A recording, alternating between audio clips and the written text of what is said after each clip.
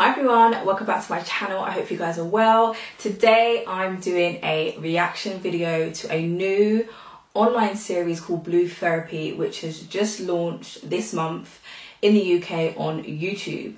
Now, Blue Therapy is about couples counselling, and couples counselling is essentially a form of therapy for couples who are struggling in their relationship. They may be finding issues that they can't overcome themselves, so they've gone to seek some professional advice to help transform their relationship. So in this review, I will be talking about what I see. I will be breaking things down. I'll be speaking about the environment, the setting, body language, the mindset, and also I did put on my Instagram a poll, and I asked you guys whether you wanted me to react to this video, and I was surprised by how many of you wanted me to. So I'm doing it for you guys, and I really do hope that you will enjoy my reaction to this video and we can all learn something together. So let's get into it.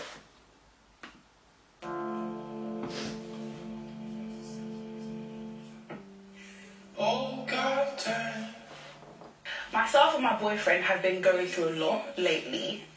This is the last leg for us. We're really hanging in our relationship. I've seen an opportunity for a social experiment, and I think that it's best we both come here and get some help.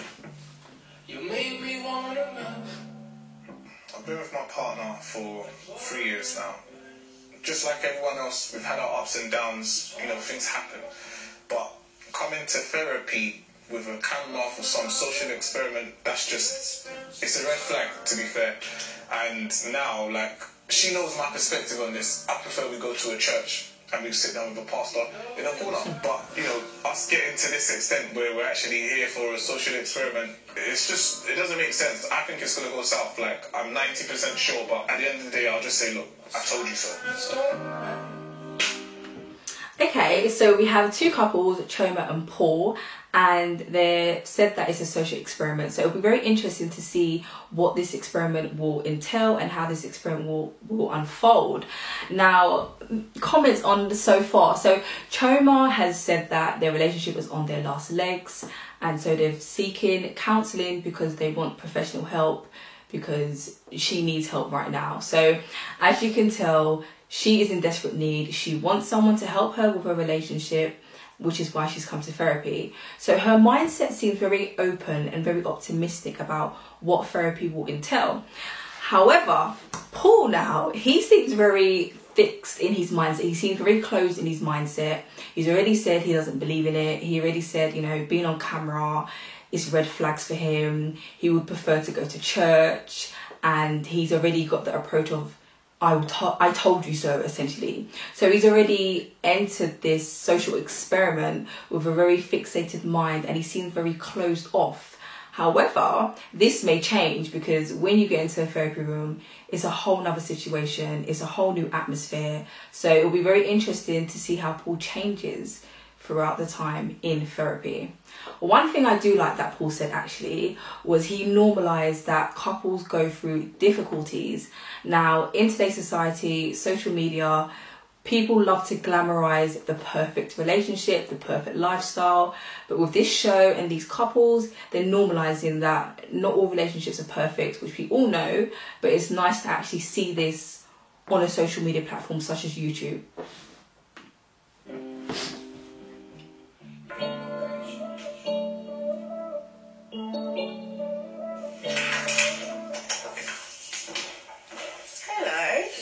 Denise, come in, sit down. Hello, Paul. How was the traffic? Terrible. Oh, but we're here. Oh. We made it. My name's Denise, and I'm your therapist today. Have you ever been to therapy before? Never. We've never been. I did go online. I read how important it is about, you know, having premarital therapy, counselling, and I do believe myself and Paul are in dire need of some help. I wouldn't say we've deteriorated to a point of no return, but at the end of the day, we're progressing in our relationship, and I'm not entirely happy.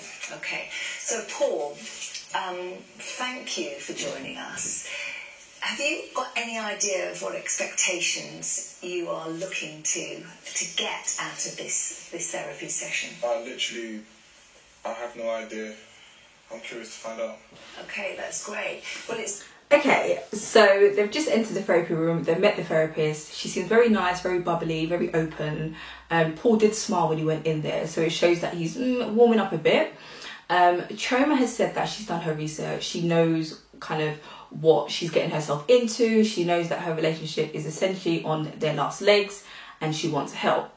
Paul, on the other hand, he seems very confused. He doesn't know what he's getting himself into. He doesn't know what to expect. So for me, it makes me think, I wonder if Choma and Paul have communicated about going to therapy, or whether it was more one-sided as to Choma wanted to go and Paul kind of followed along. So that'll be interesting to see how that unfolds. Great that you're here. So shall we start? So of course this isn't my first time on camera. I'm very comfortable in front of the camera. I understand Paul isn't. I didn't bring him here to embarrass him though. This is kind of like shock therapy. It might shock him into kind of seeing that we need help, that we've actually got problems within our relationship. I'm going to ask Choma to just start us off. What would you like to start off with? I love you. You do know that, right? And I feel as though we've got different views of life. So to me, Paul is very image. He puts too much emphasis on how people perceive us as a couple, how he's perceived as an individual and how I'm perceived as an individual. Currently in our relationship, we're doing a lot of patching instead of really like fixing the issues. Okay, Paul. Do you feel the same way? Okay, so I did like how the fact Choma said, Paul, I love you, before she went in and kind of spoke about the issues that she's finding. Now, this kind of essentially creates like a warm, comfortable, kind of like de-escalating the situation before it gets maybe escalated. So that may have made Paul feel a bit more calmer. But his body language, he still does look very confused. He's kind of moving, kind of fidgeting. So now he's going to speak. So let's see what he says based on what Choma said. I'm literally blown away. Like, I haven't even heard this before. Do you want to give more context to what you're actually saying? Because I'm tiny bit. Okay. Paul, for example, has a lot of friends. He has affluent friends. He feels like he has to fit in, which he might fit in as friendship, but when it comes to finances, he doesn't necessarily fit in. So if we're looking at percentage-wise and when they go out and what they spend, they can afford it. We can't. But Paul will do it anyway. And then he'll spend the next week or two chasing the bag he's blown, which now leaves me in a deficit of love. So there's neglect going on in our household. Alright, so we literally just got here, like, we haven't been here for 5 minutes. Choma's talking about finance to the bloody Denise, someone that we don't even know. Now, first of all, there is no man that's out there with multiple accounts, crypto accounts, high interest accounts, that's going to sit down and show his girl his balance. So she doesn't even know the financial situation first. So hang on, let me just let Paul speak regarding the image and the going out and chasing the bag, as Choma just said. You know what's interesting? I actually think she's right. But let me break it down for you.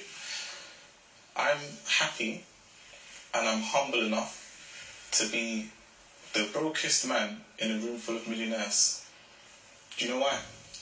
Okay. Do you know who would have the most to benefit in that type of situation? You would. So that's practically how I've been able to exponentially grow my income, basically. He's taken the whole fake it till you make it to another extent. Because at the end of the day, I'm not naive to know that you are treated how you're perceived. However, be yourself. The whole spending above your means, should I say, yes, we can afford it. I'm not saying we can't, because he's the first person to speak about finances and we need to save and we need to do this and we need to do that.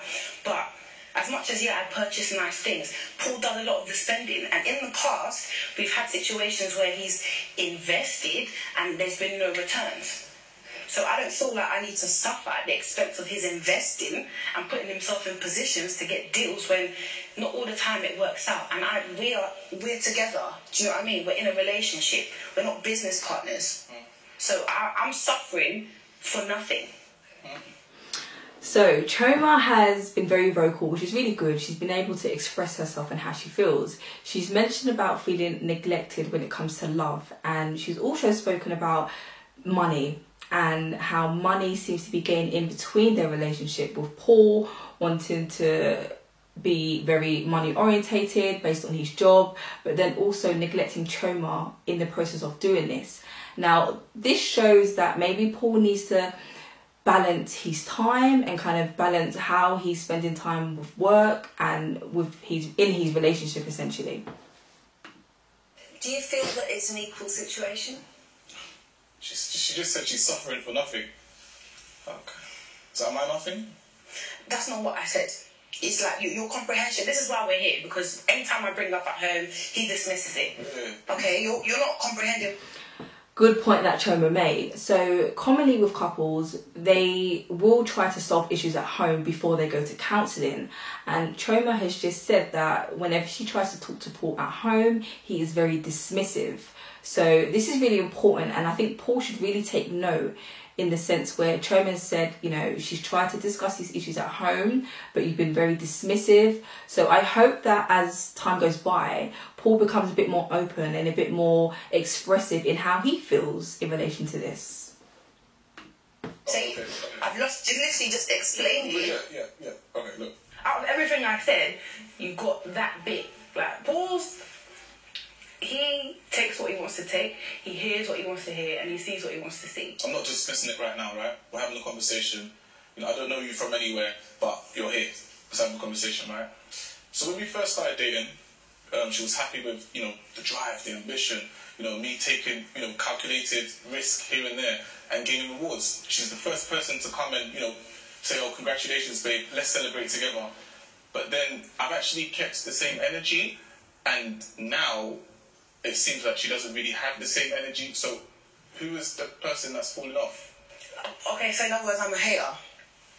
Well, because I still would celebrate your wins. No, that's true. But the only thing is, let me give you an example, right? So literally, I have access to a good number of private members clubs.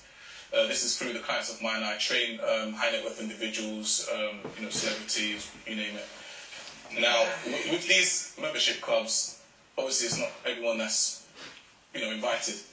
And I feel like that kind of affects Choma, whereas before, if we were going to, like, you know, like a normal type of, average, maybe not average Joe, but, you know, the usual, then I'll kind of be, oh, babe, you know, come along. But when I'm actually, you know, grafting and chasing the bag, as she said, I don't really feel like she needs to be present, and she actually doesn't have an invite anyway, so... Okay, that's not what I'm not upset that I'm unable to come to the events that you go to and to the gambling places, because it's gambling, if you ask me. It's casino, isn't it?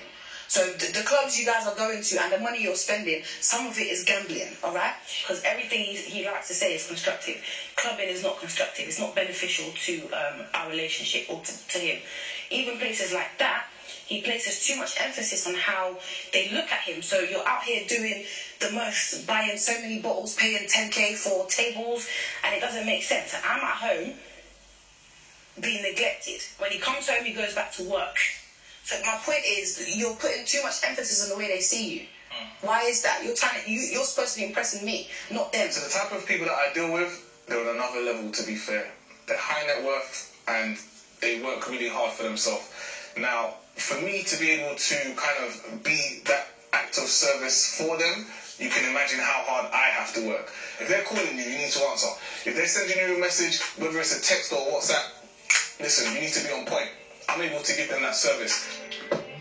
Okay, so listening to that, it seems like Paul puts his work on a pedestal, and it seems like there may not be boundaries set in place with his work and his relationship. Choma has clearly said that she feels neglected. She feels that with Paul, he takes the image life very seriously and he's doing things that are not within his means. And as a result, he's neglecting Choma, and Choma feels that she's lacking love. Now, this is very common, and this can happen quite a lot in relationships, with people having a out of balance when it comes to their lifestyle and putting work or other lifestyle activities on a pedestal or above other things in their life. So it seems like Paul needs to work on his boundaries, essentially, and try to find a balance between his lifestyle with work and his relationship. I'm on my way wait for this social experiment. I'm quite excited. I'm happy that Jamal is using this initiative and wants us to be part of this. There's a few things that I do want to get off my chest, so it will be nice to speak to Jamal, speak to the therapist, and I'm excited. Deborah, did you travel far? I didn't actually. I live in Highbury, Islington, so it was not too bad of a journey, just about 20 minutes. Oh, that's good. So my partner's running late, I apologise. Whose idea to come to the session was it? It was Jamal's idea, but I'm open to it. I'm excited. You know, I want to see where we can take our relationship because we are, you know, we've been together a year now. So I don't actually understand how Jamal is late. He's the one that has brought me to this whole thing, and you're late. I'm sitting here, I don't know the lady, I look very stupid, and Jamal is late. Here he is. So I'm late. Was the traffic bad? Sort of. Yeah. Well, you're here now, so that's all that matters. Okay, so we're moving on to the next couple. I think it's Deborah and Jamal. And Jamal is late for the session. And judging by his body language, he doesn't really seem too bothered. He kind of walked in, said, sorry, I'm late, and sat down. And his body language doesn't seem like he's really bothered or really, you know, that impacted by his lateness or even realising what his lateness means. So it'll be interesting to see how this plays out. Can I just start by asking you what brought you here and how long have you been together? Do you want to take that? No, ladies first. We've actually been together for a year. I met Jamal at one of his fitness events. So my sister also does fitness, so they were doing a class together. And then we met, we started talking, and then now we're here. Yeah. Also, he has had therapy before, and he thought it was really good and helpful. So I feel like that's why I'm open to doing it. And what are you hoping to achieve? Okay, so with this couple, they both seem very open-minded. Deborah has said that Jamal has gone to therapy before and he has recommended it for them in their relationship. So it shows that Deborah is willing to also work on the relationship, and they both have come with an open mind in relation to, you know, what they can explore and expect from therapy. Now, one thing I want to comment on is they have been together for a year, and I know many of you are probably thinking a year is honeymoon stages, why are they seeking therapy now? But let's not judge, because when it comes to relationships, at any point in your relationship, struggles can occur. Whether it's a year, whether it's 5 years, whether it's 7 years, problems will occur, and we can't dismiss problems. And I guess problems that they're facing in their relationship may be very detrimental as to why they've gone to therapy, and they really want to make amends to this and help this improve their relationship going forwards. Yeah, what's your goal coming to therapy? I think to actually set some foundations and actually blossom from this beautiful relationship that we've got. We started great. Relationships do have rocky parts, but it's nothing too big, I guess, to get over. Just looking into your background, have you had many relationships? This actually is my first relationship, but I have obviously dated in the past. But yeah, this is my first relationship, and yeah, going strong a year. And what about you, Jamal? This is my fourth relationship. Hopefully it's my last one, to be fair, so looking good. Mostly things are going well then? I mean, to an extent. I think there's a lot that we need to work on. An example of today is Jamal's lateness. I work a 9 to 5, he does fitness, so our timetables already clash. But whenever we plan to go on like date nights or we go to church together every 2 weeks, he's always late. When I address him, he's unable to communicate and explain like why he's late or give me a heads up for being late. So yeah, that's a problem for me. I feel like... Okay, so Deborah has just made a comment on that she finds that the issue in their relationship is time management. And judging by the fact that Jamal was late to the therapy session, it kind of shows that time management is something that Jamal struggles with. So I'm interested to see what Jamal has to say about his time management and if he thinks this is an issue. Always late when it comes to something that we're doing. I don't feel like he respects my time. I I don't think Jamal has ever been late to a client's Zoom meeting. But why is it when it's Deborah time, he's late? My time management is not the issue. I feel like it's more down to communication. There's been several times. Did you communicate that you're going to be late? Of course. What about last week when you were supposed to come to my house? Yes, we changed the time before then. So, Denise, this is the situation. So, originally the time was 8 p.m. Then I realised I double booked with another client. So I gave her that up. Yeah, that's already an issue. We had pre-planned that we were going to meet up because as of recent, we haven't been seeing each other as often because Jamal's taken on more clients. Yeah, that's not a problem. But we had pre-agreed that we were going to see each other on this particular day. Why are you double booking? Things happen. Like, I do have clients across the pond. Can I just ask a question? When you are going to be late, do you communicate that? Do you let her know? No. Yes, I do. No, you don't. Okay, so the last time we invited me to have dinner, I communicated with you. He told me 5 minutes before the time that he was going to be late. That's inappropriate. Deborah just always complain about me being late. Like, she just feel like she's been controlling.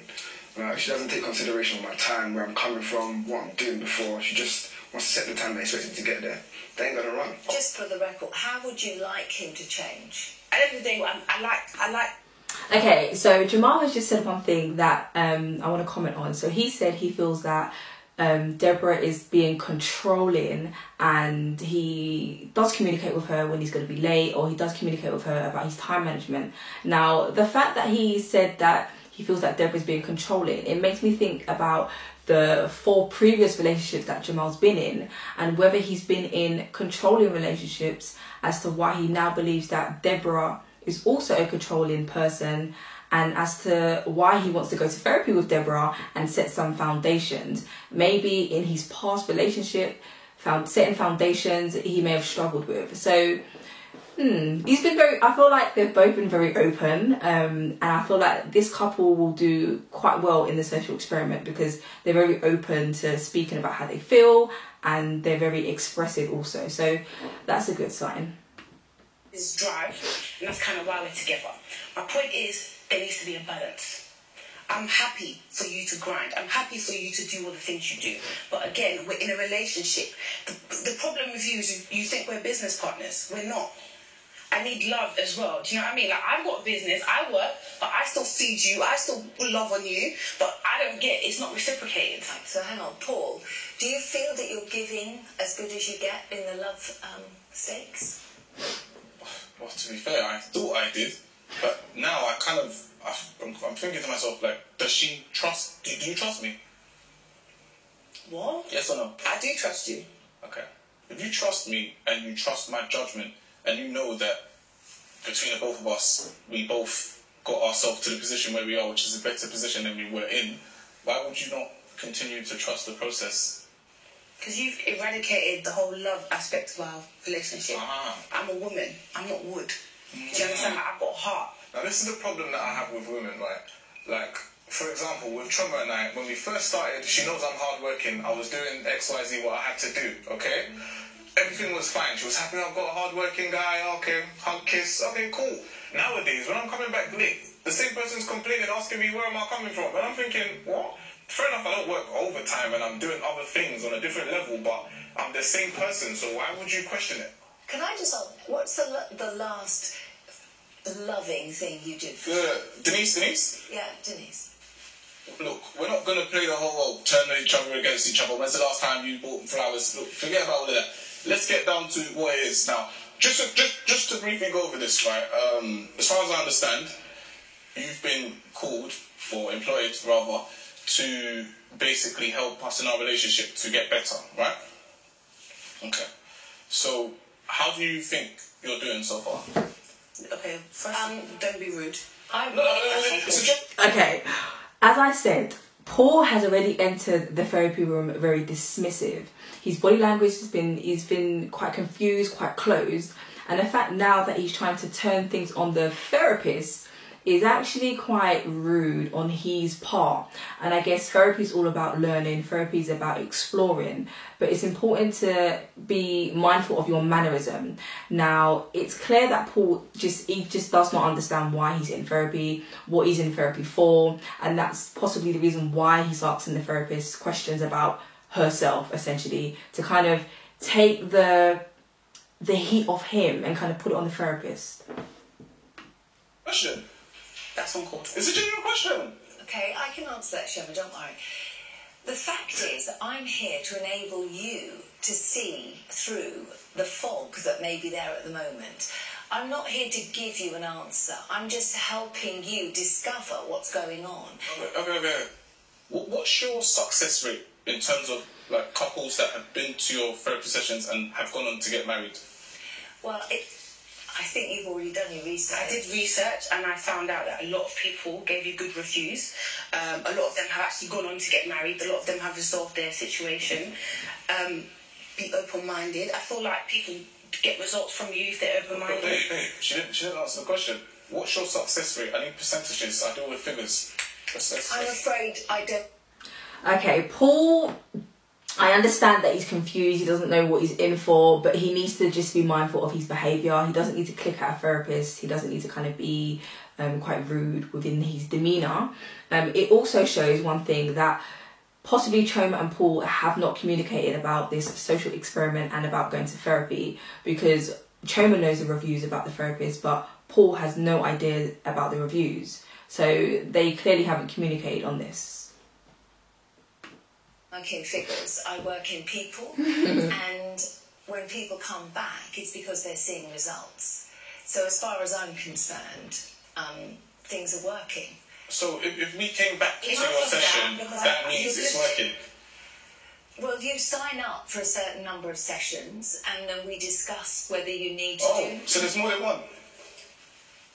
He's being very rude and I really don't understand why. She's just doing her job. I'm quite happy with the service we're getting so far, so I don't know why he needs to calm down a little bit, because I'm getting irritated at this point. You're being very dismissive. No. At the end of the day, Paul is making me feel less than. Okay? He's very judgmental with the whole image thing. So if I don't do what he does, then there's a problem. One thing I'm not going to continue to do is be with a man, not saying that I want to leave this relationship, but I can't continue to be in a relationship with someone who makes me feel less than or makes me feel like I'm in the wrong every single time. Okay. If we're both kind of in line in terms of our goals and our visions, then I would assume that we'd both basically be on the same page. Is that wrong, Denise? No, it's good when couples are on the same page, but are you on the same page? Are you Oscar? I'm asking both of you, do you think you're on the same page? I feel as though we are on the same page with certain things, but again, as much as Paul says I like to nag, he has a lot of issues with things that I do. Me and Jamal argue all the time about his phone and social media. He's literally in love with social media. There's this new app called Clubhouse. I don't know if you've heard about it.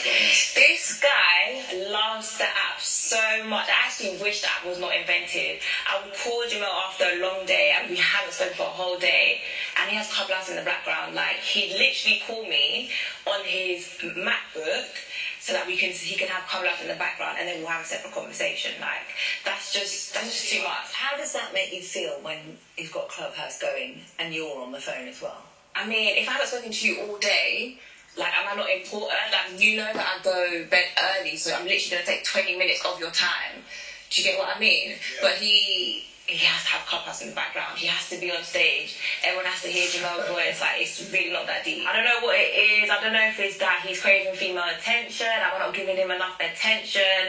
This guy always wants to be on stage. What are you chasing? What are you looking for? I don't understand. It's really not that deep, to be fair, the way she's making it. To be fair, I would describe Clubhouse as a podcast. Really and truly, so I just listen to it as like background noise. No, you don't. You're always on stage and you always have to make one comment or another. I'm on stage, but it doesn't mean I always comment to them. Regardless of the fact. Is Clubhouse important in your life? Not more than Deborah. No, I don't agree. Please ask that question honestly, please. I said it. So Clubhouse is less important than me? No, you are more important than Clubhouse. That's facts. I don't really agree, but that's fine. You know what they say, it's a safe space, so it's an app full of fun and work, I guess. But I don't think it's about Clubhouse. I feel like Deborah she wants attention, I guess. So her being thingy here and there is cute, but she just needs to relax. I think she's getting a bit jealous, maybe. How much time do you actually spend together? I think when we first started the relationship, we were seeing each other quite often. Obviously, times have changed and shifted, and obviously our work schedules have gone busy. But now Do you think you make time for me? Yes, I do make time for you. As I said, like within reason, within our time schedules. Obviously, she knows mine. I've given her my rota. She knows when I'm busy and when I'm not. So we can obviously bob and weave in between. So just explain to me what a typical working day for you is. Cool. So obviously, as I said before, obviously I'm across the pond, so I cover 8 different countries. Do you have an issue? No, but like you keep saying you cover 8 different countries, we get it. Like sometimes you wake up at 6 a.m, sometimes you wake up at. We understand. There we go. So obviously I'm in different time zones. I'm in different body clocks, so I do get tired easily. And obviously I'm exhausting a lot of energy. So I'm a personal trainer, nutritionist, and a brand marketer. Do you think... Okay, so Jamal does a lot of things. He said he's a personal trainer, nutritionist, and brand marketer. And it seems like I'm kind of thinking to myself, does he actually have time for a relationship and for Deborah? Because Deborah is saying she hardly spends time with him. They hardly spend time together. Jamal's always late, or Jamal's always on Clubhouse when it's their time, essentially. So it seems like Jamal needs to set boundaries with his time management and allocate time for certain things in his life. So allocate time for work and then allocate time for relationship, because it seems a bit unbalanced at the moment. That you make time for Deborah? Most certainly. I don't think he does. When we first got together, we were seeing each other up to 3 times a week. Now it's like once every 2 weeks. For me, I don't know if you want to spend time with me or not, but for me, that's like what is a relationship? I'm going to see you once every 2 weeks. Do you know what I mean? I love quality time, and you know that. And at the start of the relationship, that was what was happening. But obviously now there has been a shift, and that is what I don't like. Okay. So Paul, just give me a little bit of your background. What business are you in? Yeah, answer the question, babe. So what does my business have to do with the religion? Just asking. I just wondered, whether that was influencing the way that you deal with life. Sorry? I'm a provider. What is it that you do? I don't understand. Well, I don't see how this is going to help our relationship in the long term. This is the problem that I have, right? Look, with this Denise lady, I just feel like she's just asking lots of intrusive questions that doesn't really relate to the situation at hand. She's asking me, what do I do? Like, I make money. That's what I do. Like, it's a silly question. What do you want from me? Do you understand? You're here for a certain purpose to help with the relationship. Do that. If you can't do that, then you're not of use for me. The whole point is... Okay, so Paul seems a bit uncomfortable with the intrusive questions that Denise is asking him. And this can be quite common for many people in therapy, especially if you don't know what to expect. So in therapy, questions are asked, but there is a reason behind every single question. As Denise said, she wants the couples to explore and to understand things.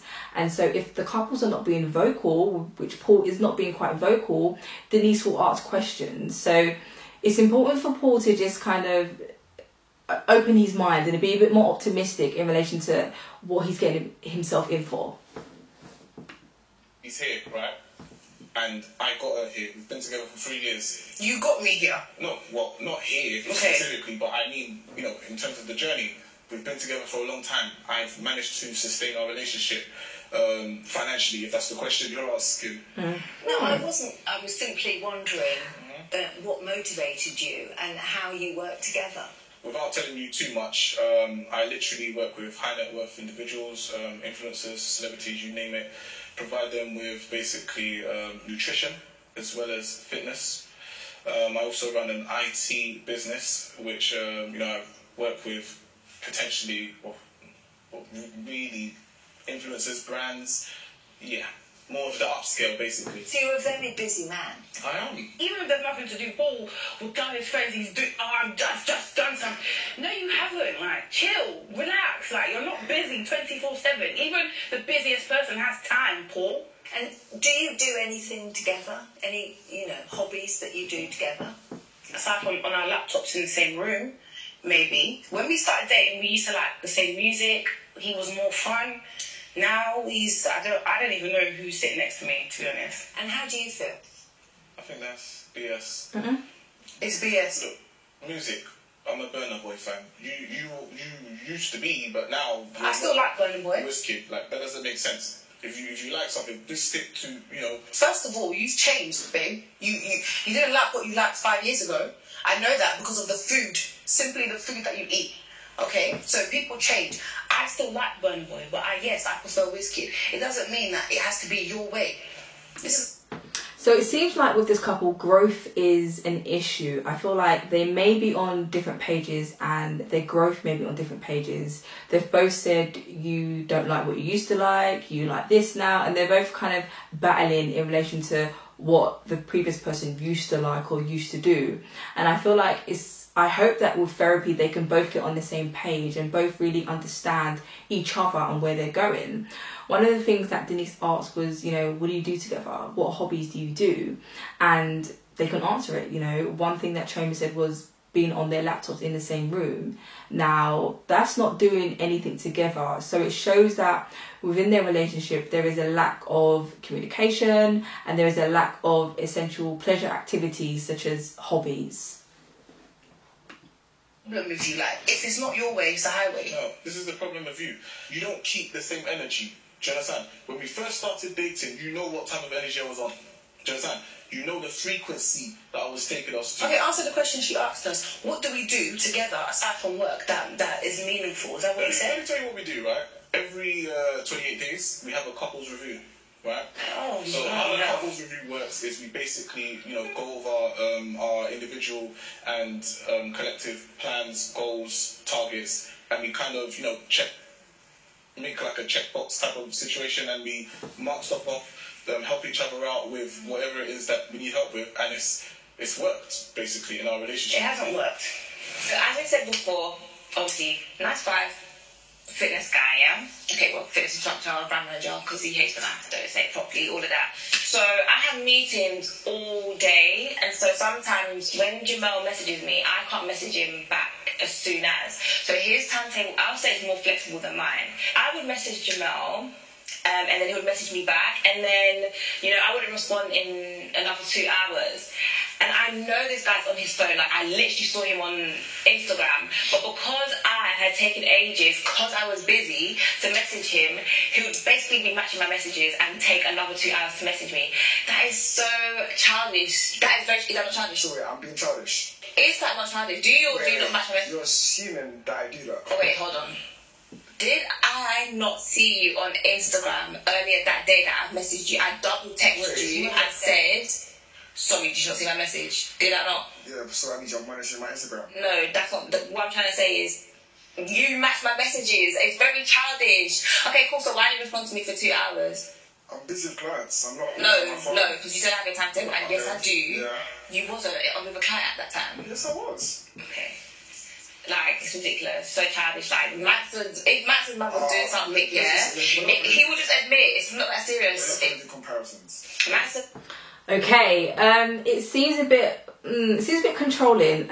One of the things they talk about now is about text messages and matching text messages.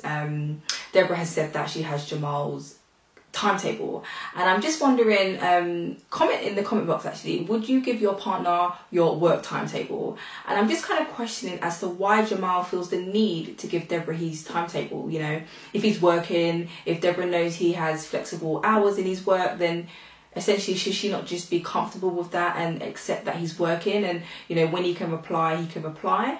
So that kind of rings alarm bells in controlling as to what Jamal previously mentioned. And now we're talking about, well, Deborah has compared Jamal to another person, and social comparison in relationships can be very common, and some people will compare themselves to other people or other relationships to help them understand their relationship and what their situation is like. Now, this is very unhealthy and this is very toxic. So if you're someone who is comparing your relationship to other people's, then this needs to kind of get nipped in the bud, because it's very unhelpful, very unhealthy, and it can cause your partner to feel quite distant towards you, and it can kind of make your partner feel a bit away, and you know, it can also affect their self-esteem as well. You know, if you're constantly comparing your partner to somebody else, this is going to hurt them, this is going to upset them. So I'm interested to see why Deborah does this, and you know, the impact that this has on Jamal. boyfriend, we speak a lot, as you know. Wait, me and Maxa speak a lot, isn't it? Like, she told me that when she addresses a situation, he's able to acknowledge it and he just moves on. Do you get what I mean? I couldn't care less about your friend's boyfriend, this and that. Well, maybe you should chat to him a bit more. How about this? Yeah, don't compare me. I've had enough of your conversation with your friends, talking about our sex life, our family life, this. You need to stop now. Deborah does this thing that I actually hate. Like, she loves comparing me to other people, other guys. Like, no one likes getting compared to other people. Like, why would you do? I've had this conversation enough times. Honestly, it just needs to stop. It pisses me off so much. Like, Is this... Okay, so Jamal has been very expressive about how he feels when Deborah is comparing and talking about their business. Now, what Deborah is doing is she's oversharing. Now, it's okay to talk about your relationship with your friends and your family, whoever it may be, but just be mindful of when you're oversharing and when you're sharing too much, because this can create a bias, and this can create your friends or your family being biased towards your relationship and the partner that you're with. So just be mindful of that. And I think it's very unhealthy what Deborah is doing with oversharing her personal details in relation to her relationship. There are some things that should be kept in your relationship, and there's some things that should be kept private with yourself and your partner, and not known to the public or not known to your friends and your family. Quite an influential person in your life. Do they influence you? Yeah, Max is my best friend, so we speak a lot about our relationship. I'm an open person. Like, I'm happy to speak about our sex life. I'm happy to speak about things that we do. Like, I'm happy. Okay, so as you can see now, Deborah has just said she's an open person. She's happy to speak about their sex life, their relationship, and this is oversharing. And you can see that Jamal is getting very distressed. Jamal's getting very uncomfortable about this because he doesn't like the fact that Deborah is oversharing. Now, what Deborah needs to be mindful of is that she is with Jamal. So when you're with someone, you need to be caring of their needs, and you need to be considerate of their needs. If your partner does not like you oversharing, you need to think about what you're doing and not overshare too much information. Whether it's your best friend, your mum, your dad, it needs to be nipped in the bud.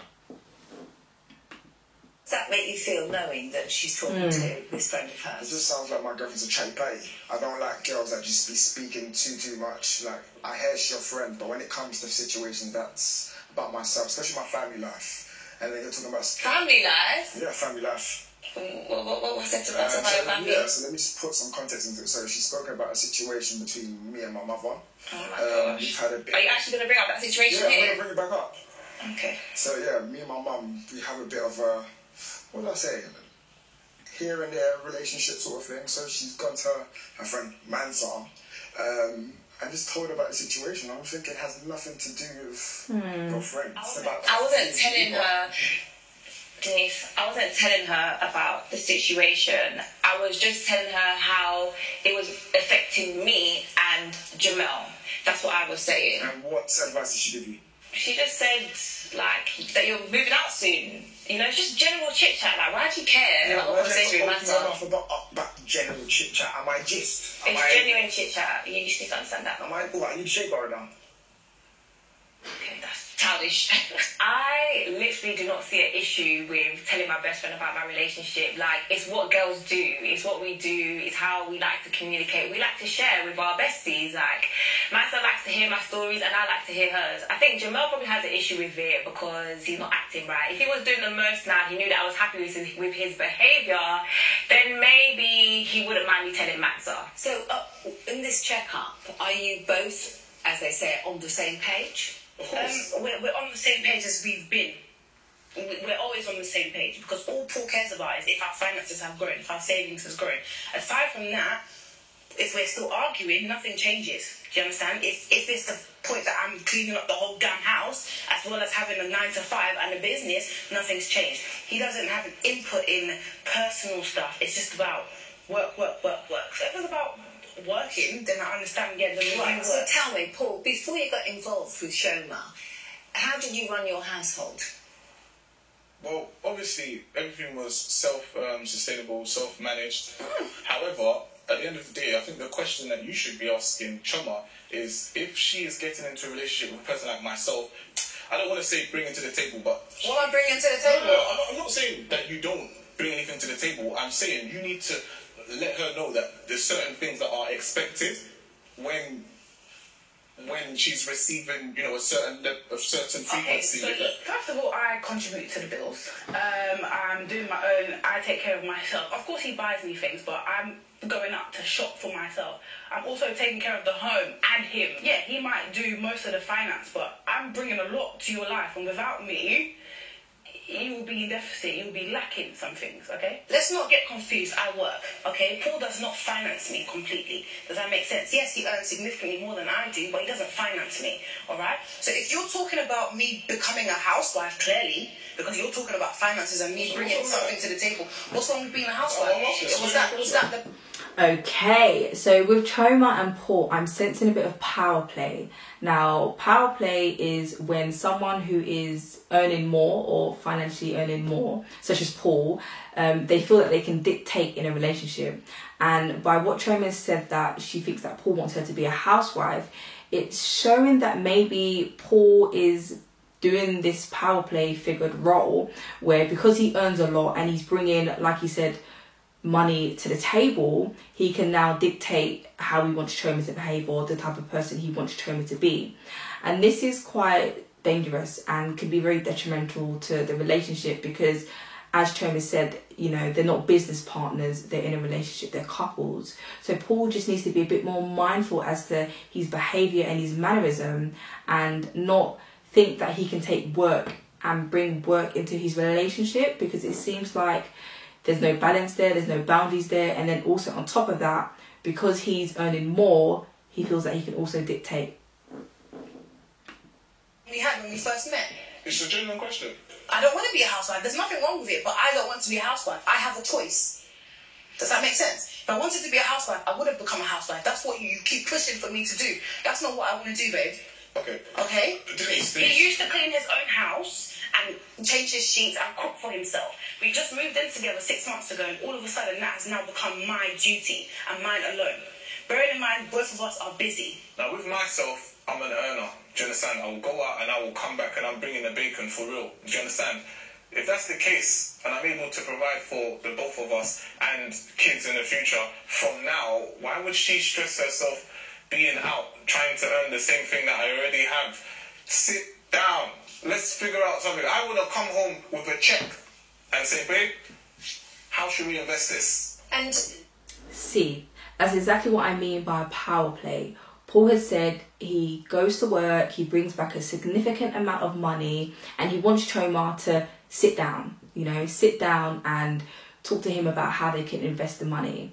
Now, this is a big issue, and I really do hope that with therapy, Paul can kind of understand where the issue is when it comes to finance, money, work, and relationship.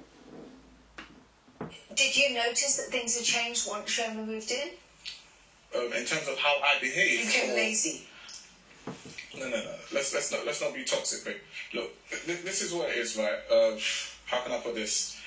If let's say last client finished by like 9:30, so okay, whereabouts am I? The Bulgari, Knightsbridge, right? 10 minutes from home. So Choma works in the city, 20 minutes. 30 minutes. 20 minutes from home.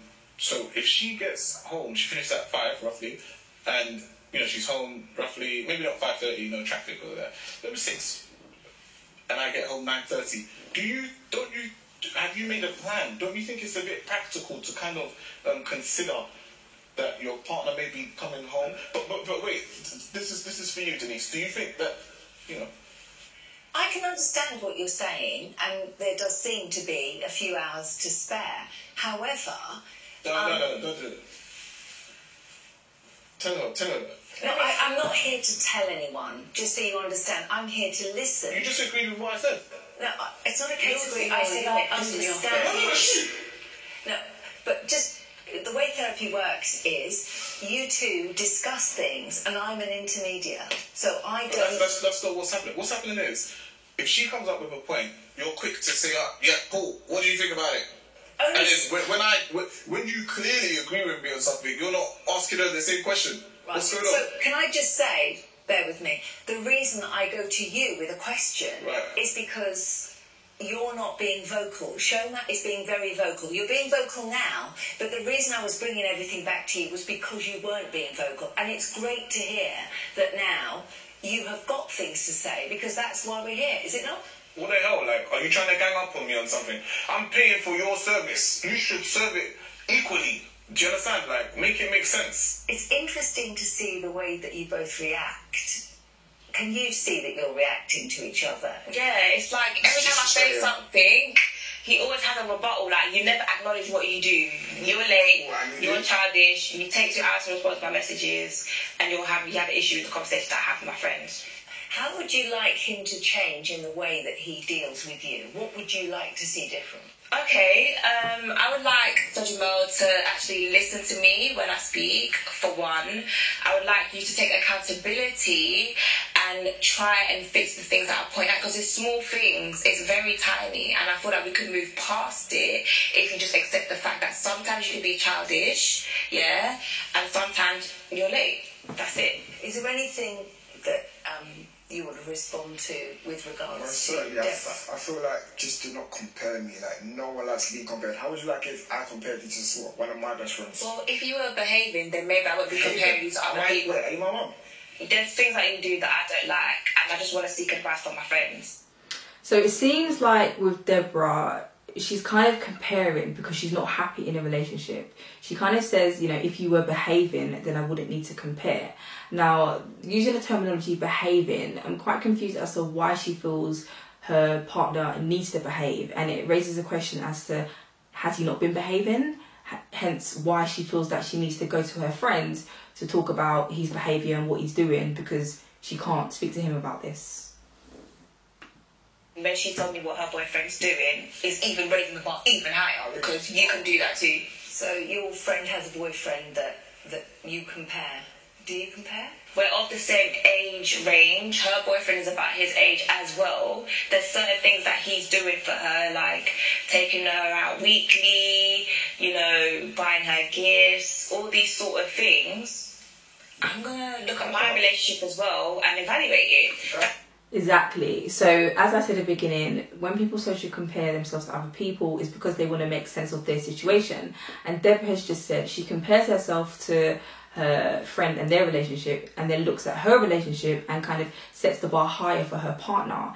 And this is very toxic, very unhealthy, because then she starts to think a bit irrational, and then she's going to want irrational things and expect things from her partner, which her partner may not be able to give her, and is going to be quite detrimental for the relationship.